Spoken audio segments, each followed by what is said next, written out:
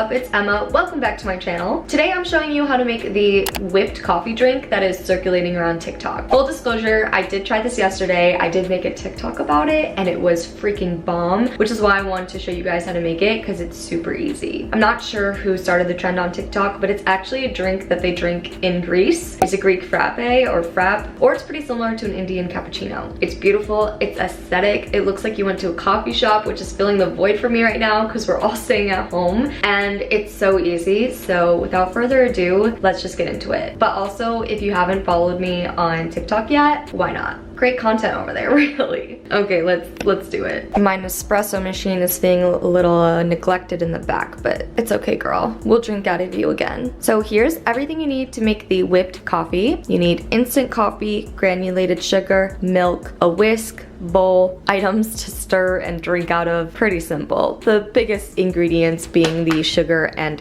instant coffee. I'd like to emphasize that it must be instant. It cannot just be ground. It will not be the same. Oh, and you need water, but I can't just like put that on display right here.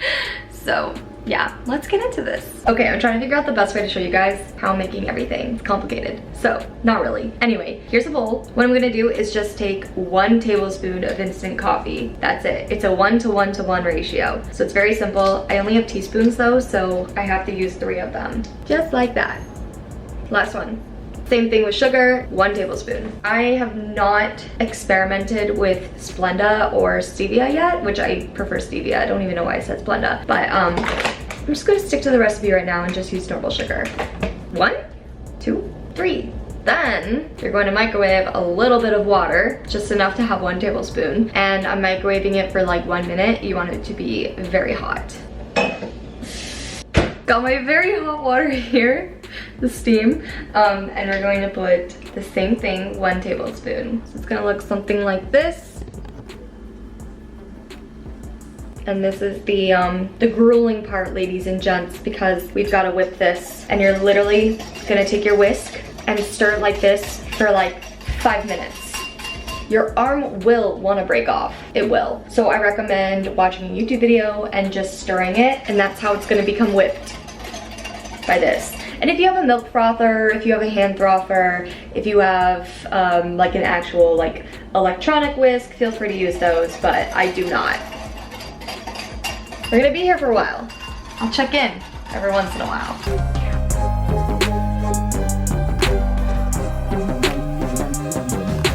All right, that's as good as it's gonna get for me and my wrist, because I cannot keep stirring. But yeah, it should be like really thick and fluffy, like should not be able to come out of here. Now you wanna get some ice and milk of your choice. I'm using non-fat milk because I have it. I normally drink dairy-free coffee, but recently I've been using non-fat. I don't know, I don't have any dietary restrictions against dairy, so we're gonna take this whipped coffee and put it right in. And here it is. Take the spoon and mix it up.